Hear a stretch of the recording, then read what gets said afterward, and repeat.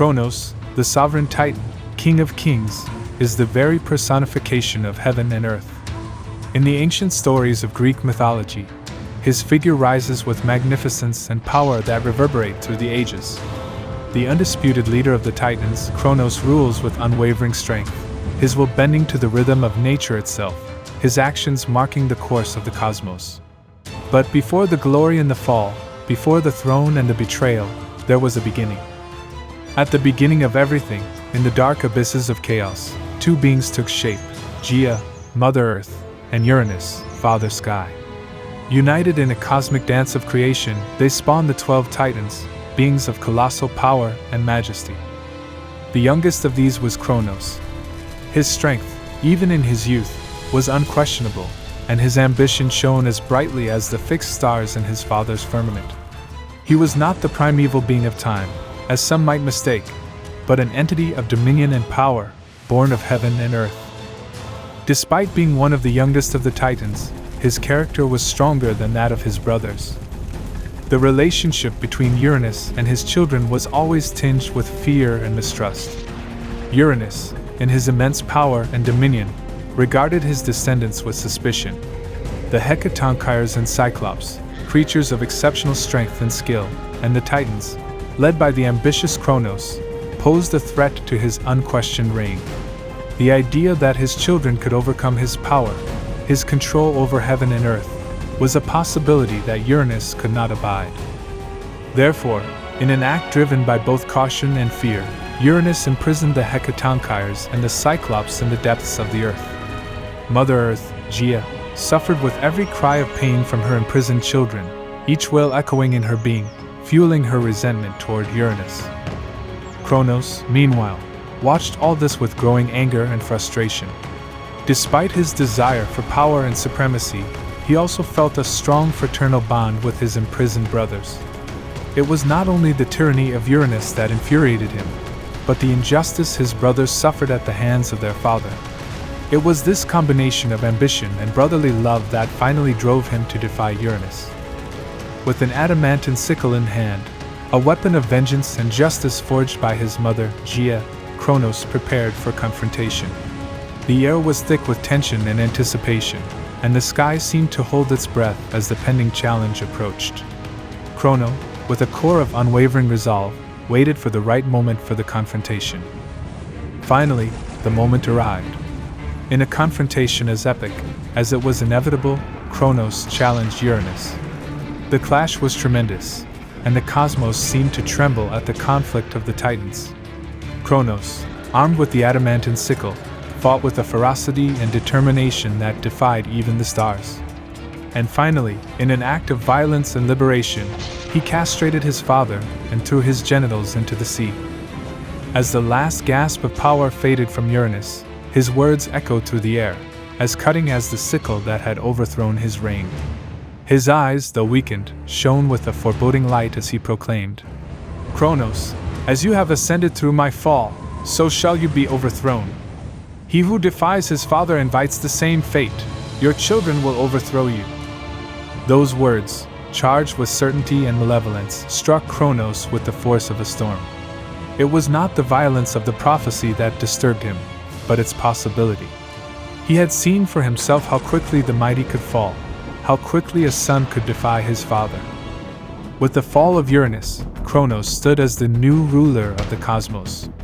His reign was marked by his strength and fear, a mixture that would shape his leadership and the years that would follow.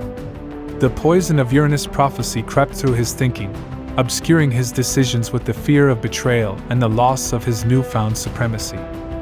Cronus freed his brother Titans, who had been imprisoned in Tartarus, but he dared not release the mighty Hecatonkires or the Cyclops, his brothers of enormous strength and singular skill. Instead, he decided to keep them locked up, fearing that they might threaten his position if they broke free. Instead of putting an end to his father's tyranny, Cronus seemed to repeat his mistake, ruling with fear and distrust. On the throne, together with his wife and sister Rhea, Cronus spawned a new generation of gods. Each birth was a reminder of the curse of Uranus, each child's laughter an echo of the prophecy that he would be overthrown by his blood. Cronus' love for his children was intermingled with an insidious fear, seeing in each of them not only his offspring but potential usurpers. To protect his reign, Cronus made a heartbreaking decision. He decided that, if he could not prevent the prophecy from being fulfilled, he would delay it. Each time Rhea gave birth to a son, Cronus would devour him, believing that, by doing so, he would postpone his inevitable downfall. However, as Cronus clung to his power with increasing madness, a plot was hatched to defy him. Cronus' wife, Rhea, was a Titanite of great heart and wisdom. However, she was also a mother who had endured the unimaginable loss of her children one after another, devoured by her husband. Rhea was determined that this would not happen again, and that her next child would be saved from this terrible fate. Rhea stood in the gloom of grief, but also in the shelter of hope. As she carried her next child in her womb, she began to plot a bold and dangerous plan. Rhea knew she could not directly challenge Cronus, whose power and madness had only grown with time. Instead, she would have to be cunning. When the time came for the birth, Rhea retreated to a cave on the island of Crete. There, away from her husband's eyes, she gave birth to her youngest child, a boy she named Zeus. But knowing that Cronus would come to claim her son as he had done before, Rhea devised a stratagem. She took a stone, wrapped it in swaddling clothes, and presented it to Cronus as her newborn son. The Titan, deceived by the disguise and blinded by his obsession to prevent the prophecy, swallowed the stone, believing it to be his son. Meanwhile, the real Zeus was hidden from view, safe for the moment from his father's voracious appetite. Rhea's betrayal was an act of desperate and courageous love. She sacrificed her place beside Cronus and risked her life, all to give her son a chance to live. As Zeus grew up in the shadow of Mount Ida on Crete, far from his father's eyes, Cronus continued to reign in ignorance, believing he had eluded Uranus' prophecy. But the seed of his downfall had been planted and was about to bear its fruit. Zeus, nourished with nectar and ambrosia, grew into a god of great strength and cunning. Even in his youth, he carried within him the spark of something powerful and destined for greatness. Secretly, he was instructed about his father's kingdom, his destiny, and the prophecy that tormented Cronus. Determined to free his siblings and end his father's reign, Zeus set out to act. With the help of Metis, the Titanate of cunning, he devised a plan. Metis concocted a potion that would make Cronus vomit, and Zeus, with his courage and ingenuity, managed to trick his father into drinking it. When Cronus drank the potion, the poison of truth began to take effect. The king of the Titans writhed in agony, and one by one, the children he had devoured emerged from his womb: Hestia, Demeter, Hera, Hades, and Poseidon. The release of her siblings marked the beginning of the fall of Cronus. United in their defiance against their father, Zeus, and his siblings declared war on the Titans, a conflict that would shake the very foundations of the cosmos, the Titanomachy. The final battle of the Titanomachy was an epic confrontation of unimaginable proportions. Cronus, the deposed king of the Titans, found himself facing Zeus, Hades, and Poseidon, his sons, determined to put an end to his reign. The battlefield was filled with the overflowing energy of conflict.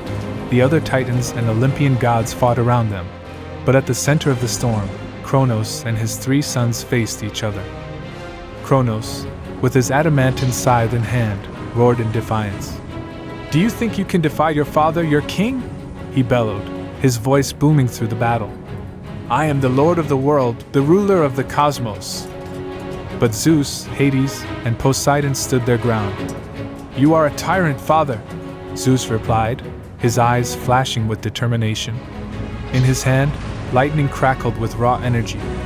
"And all tyranny must come to an end." Beside him, Hades, the future lord of the underworld, nodded grimly. "You have ruled with fear and suspicion," he added. "It is time for a new order to replace the old." Poseidon, wielding his trident, glared at Cronus with fierce resolve. "The seas are agitated, as are the heavens and the earth," he declared. "It is time to calm the waters, father. It is time for your downfall." With those words, the fight began in earnest. Cronus lunged toward them, his scythe cutting through the air. But Zeus, Hades, and Poseidon moved as one, using their combined skills to take on the mighty Titan. The Titans Atlas, Hyperion, and Iapetus fought furiously against the other Olympian gods, trying to reach Cronus and lend him aid. But the other Olympian deities, led by Hera, Demeter, and Hestia, defended their position. The fight was balanced and no one was giving ground. Finally, with a final roar of defiance, Zeus launched a thunderbolt of unmatched power. The lightning struck Cronus, staggering him. Hades and Poseidon seized the opportunity, striking Cronus with their respective weapons. The combined power of the three brothers was too much for the Titan. He fell, weakened, and defeated. Cronus, defeated and deposed from his throne, was taken by Zeus, his son and new king, to Tartarus. This was a place of absolute darkness, so deep in the earth that it was said to be as distant from heaven as the earth was from Tartarus. Zeus, along with his brothers Hades and Poseidon, chained Cronus in this unfathomable darkness. "Here you shall remain, father," Zeus declared in a resonant voice that seemed to fill the vast cavern of Tartarus. "This shall be your domain, as far from heaven as you are from justice and mercy." Cronus, though shattered and humiliated, answered with fierce defiance in his eyes. "My time will come again, son. No kingdom lasts forever." With that grim omen, Zeus and his brothers withdrew, leaving Cronus in the depths of Tartarus, chained and stripped of his former power and glory. Although Cronus no longer reigned, his presence and influence remained in Greek mythology. His lineage continued through his sons, the Olympian gods, and his legacy was reflected in the myths and legends woven around him. In some myths, there was talk of a golden age during the reign of Cronus, a time of peace and prosperity where humans lived in harmony with the gods. This nostalgic vision contrasted sharply with the tyrannical and paranoid nature of Cronus, but still speaks to the importance of Cronus in the Greek psyche. Even in his confinement, Cronus also played a role in some myths. In one particularly notable legend, Zeus was said to have released Cronus and the other titans from Tartarus as an act of clemency.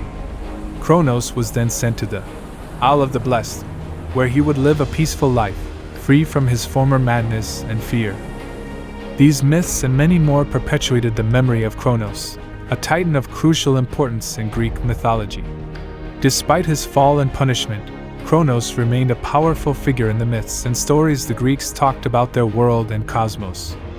Through them, Cronus, the king of the Titans and the destitute ruler of the cosmos, would live forever.